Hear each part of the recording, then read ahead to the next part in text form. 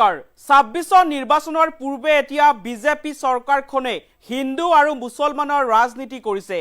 D voter আৰু বিশেষ মাংসৰ নামত এতিয়া ৰাজ্যৰ সংখ্যালঘুসকলক টাৰ্গেট কৰি লৈছে বিজেপি চৰকাৰ আৰু প্ৰশাসনে। এনেদৰে এতিয়া চৰকাৰৰ বিৰুদ্ধে আমছু নেতৃত্ব গৰজি উঠিছে। আম্বানী আদানীক হাজাৰ হাজাৰ বিঘা মাটি গতাই দিব পৰা এইখন চৰকাৰে কিয় সংখ্যালঘুসকলক হাৰাশাস্তি কৰিছে বুলি এতিয়া আমছুৱে প্ৰশ্ন কৰিছে। আৰু সংখ্যালঘুৰ ওপৰত হোৱা হাৰাশাস্তি বন্ধ কৰিবলৈ এতিয়া ৰাজ্যৰ প্ৰান্তে প্ৰান্তে আমছুৱে প্ৰতিবাদ সাব্যস্ত কৰিছে। সংখ্যালঘু লোকক টাৰ্গেট কৰি লৈছে বিজেপি চৰকাৰে। ডি ভোটাৰৰ নামত সংখ্যালঘু লোকক ধৰিছে আৰক্ষীয়ে। এইবাৰ আমছুৱে ৰাজ্যৰ ভিন্ন প্ৰান্তত প্ৰতিবাদ সাব্যস্ত কৰিছে। বিশেষ মাংসৰ নামতো হাৰাশাস্তি কৰিছে সংখ্যালঘু লোকক। হাজাৰ হাজাৰ বিঘা মাটি দিব পাৰিছে আম্বানী আদানীক, কিন্তু কেৱল মুছলমান লোককে কিয় টাৰ্গেট কৰি লৈছে চৰকাৰে? চৰকাৰক এতিয়া প্ৰশ্ন কৰিছে আমছুৱে। বিজেপি চৰকাৰৰ বিৰুদ্ধে ৰাজ্যৰ প্ৰান্তে প্ৰান্তে আমছুৰ গৰ্জন। চৰকাৰে উচ্ছেদ কৰাত কোনো আপত্তি নাই,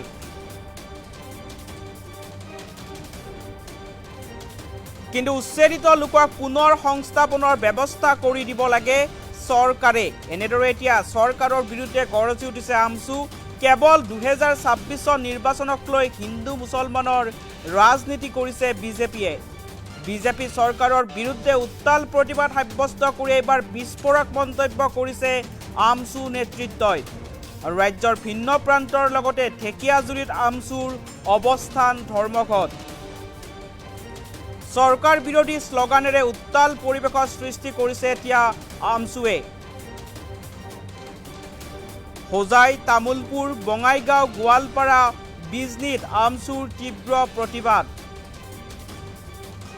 আৰু এইবাৰ বিজেপি চৰকাৰ আৰু প্ৰশাসনৰ বিৰুদ্ধে গৰজি উঠিছে আমছু নেতৃত্ব। সংখ্যালঘু লোকক টাৰ্গেট কৰি লৈছে বিজেপি চৰকাৰখনে। ডি ভোটাৰ আৰু বিশেষ মাংসৰ নামত এতিয়া ৰাজ্যৰ সংখ্যালঘুসকলক হাৰাশাস্তি কৰিছে প্ৰশাসনে। আৰু এইবাৰ চৰকাৰৰ বিৰুদ্ধে গৰজি উঠিছে আমছু নেতৃত্ব। আৰু সংখ্যালঘু লোকক প্ৰশাসন তথা চৰকাৰে হাৰাশাস্তি কৰিছে, এই হাৰাশাস্তি বন্ধৰ দাবীৰে এতিয়া আমছু নেতৃত্ব ৰাজ্যৰ ভিন্ন প্ৰান্তত প্ৰতিবাদ সাব্যস্ত কৰিছে। হোজাই, তামুলপুৰ, বঙাইগাঁও, গোৱালপাৰা, বিজনীত আমছুৱে তীব্ৰ প্ৰতিবাদ সাব্যস্ত কৰিছে আৰু বিভিন্ন চৰকাৰ বিৰোধী শ্লোগানেৰে উত্তপ্ত পৰিৱেশৰ সৃষ্টি কৰিছে আমছু নেতৃত্বই।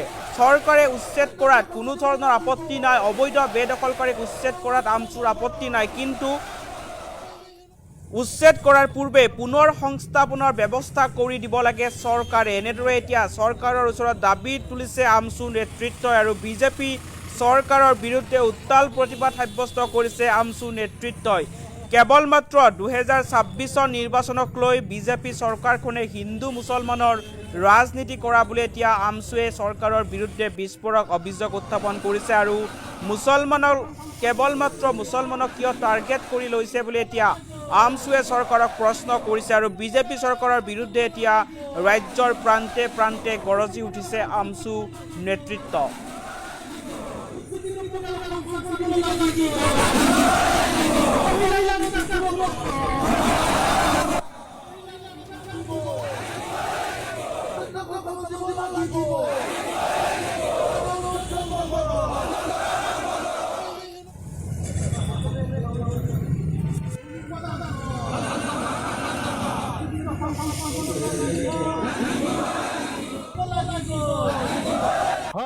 আজি এক মাহৰ দেখা গৈছে অসম চৰকাৰ মানে চৰকাৰ চলাব পৰা নাই, ব্যৰ্থ হৈছে, ব্যৰ্থ হোৱাৰ কাৰণে আজি য'তে অসমৰ বিভিন্ন জিলাত সংখ্যালঘু টাৰ্গেট কৰি উচ্ছেদ কৰা দেখা গৈ আছে। এটাৰ পিছত এটা সংখ্যালঘুৰ টাৰ্গেট কৰা হৈছে। প্ৰথমে আমি দেখা পালো ডি ভোটাৰ এছচি কোডৰ জৰিয়তে আমাৰ সংখ্যালঘু সমাজক ৰাতি উঠাই আপোনাৰ ন'মেনলেণ্ড পঠাই দিলে। তাৰ পিছত আহি গ'ল মানে বিশেষ মাংসৰ দোহাই দি আমাৰ সংখ্যালঘু সমাজক বিভিন্ন ধৰণৰ হাৰাশাস্তি কৰা দেখা গৈ আছে। তাৰ পিছত আমি দেখা পালো এই বিভিন্ন জিলাত আমাৰ আমাৰ সংখ্যালঘু যিসকল মানুহ বছৰ বছৰ ধৰি বহি আছে 60 বছৰ ধৰি বহি আছে সেই সকল মানুহক কোনো ধৰণৰ আগতীয়াকৈ নোটিছ নিদিয়াকৈ আগদিনা নোটিছ দি পিছদিনা সেই সকল মানুহক এভেকশ্যন কৰি দিয়া হ'ল।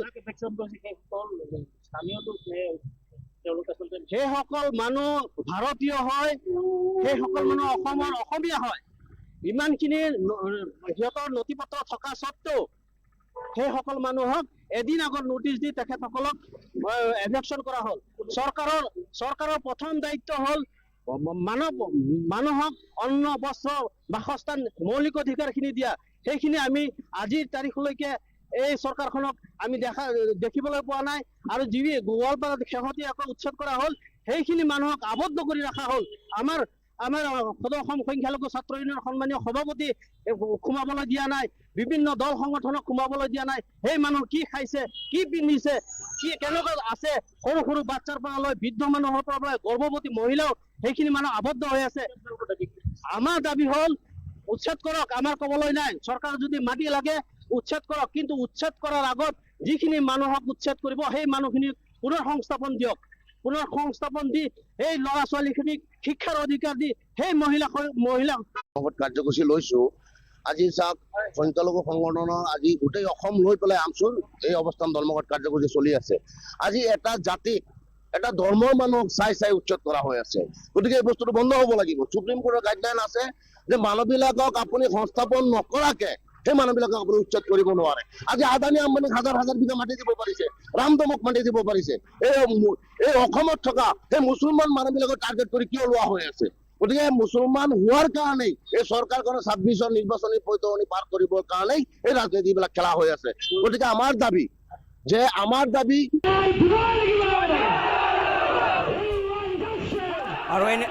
আৰু এনেদৰে ৰাজ্যৰ ভিন্ন প্ৰান্তত আমছে উত্তাল প্ৰতিবাদ সাব্যস্ত কৰিছে। চৰকাৰ বিৰোধী শ্লোগানেৰে এতিয়া উত্তপ্ত পৰিৱেশৰ সৃষ্টি কৰিছে আমচু নেতৃত্বই। হোজাই, তামুলপুৰ, বঙাইগাঁও, গোৱালপাৰা, বিজনীত আমচুৱে তীব্ৰ প্ৰতিবাদ সাব্যস্ত কৰিছে। আমচুৱে মন্তব্য কৰিছে যে চৰকাৰে উচ্ছেদ কৰাত আমচুৰ কোনো ধৰণৰ আপত্তি নাই, কিন্তু উচ্ছেদিত লোকক পুনৰ সংস্থাপনৰ ব্যৱস্থা কৰি দিব লাগে চৰকাৰে। আৰু চৰকাৰৰ বিৰুদ্ধে এতিয়া এক বিস্ফোৰক অভিযোগ উত্থাপন কৰিছে আমচুৱে। কেৱল মাত্ৰ 2026 নিৰ্বাচনক লৈ এতিয়া বিজেপি চৰকাৰখনে হিন্দু মুছলমানৰ ৰাজনীতি কৰা বুলি এতিয়া আমচুৱে এক গুৰুতৰ অভিযোগ উত্থাপন কৰিছে। আৰু হাজাৰ হাজাৰ বিঘা মাটি আম্বানী আদানীক গতাই দিব পৰা এইখন চৰকাৰে কেৱল মাত্ৰ মুছলমান লোককে কি কাৰণত টাৰ্গেট কৰি লৈছে বুলি এতিয়া চৰকাৰক প্ৰশ্ন কৰিছে আমচুৱে। পুনৰ জনাইছোঁ এটা গুৰুত্বপূৰ্ণ খবৰ, সংখ্যালঘু লোকক টাৰ্গেট কৰি লৈছে বিজেপি চৰকাৰখনে। এইবাৰ বিজেপি চৰকাৰৰ বিৰুদ্ধে গৰজি উঠিছে আমচু নেতৃত্ব। বিজেপি চৰকাৰৰ বিৰুদ্ধে কেইবাটাও গুৰুতৰ অভিযোগ উত্থাপন কৰিছে এতিয়া আমচুৱে। ডি ভোটাৰৰ নামত সংখ্যালঘু লোকক ধৰিছে আৰক্ষীয়ে, বিশেষ মাংসৰ নামতো হাৰাশাস্তি কৰিছে সংখ্যালঘু লোকক। আৰু হাজাৰ হাজাৰ বিঘা মাটি দিব পাৰিছে আম্বানী আদানীক। হাজাৰ হাজাৰ বিঘা মাটি আম্বানী আদানীক দিব পৰা এইখন চৰকাৰে কিয় মাত্ৰ সংখ্যালঘু ৰাইজক হাৰাশাস্তি কৰিছে বুলি এতিয়া আমচুৱে প্ৰশ্ন কৰিছে। আৰু 2026 বিধানসভা নিৰ্বাচনত অৱতীৰ্ণ হ'বলৈ বা নিৰ্বাচনী বৈতৰণি পাৰ হ'বলৈ এতিয়া বিজেপি চৰকাৰখনে হিন্দু মুছলমানৰ ৰাজনীতি কৰা বুলি এতিয়া চৰকাৰৰ বিৰুদ্ধে এক গুৰুতৰ অভিযোগ উত্থাপন কৰিছে আমচুৱে। উচ্ছেদেৰ পূৰ্বে সংস্থাপনেৰ ব্যবস্থা কৰো, উচ্ছেদেৰ পূৰ্বে সংস্থাপনেৰ ব্যবস্থা কৰো।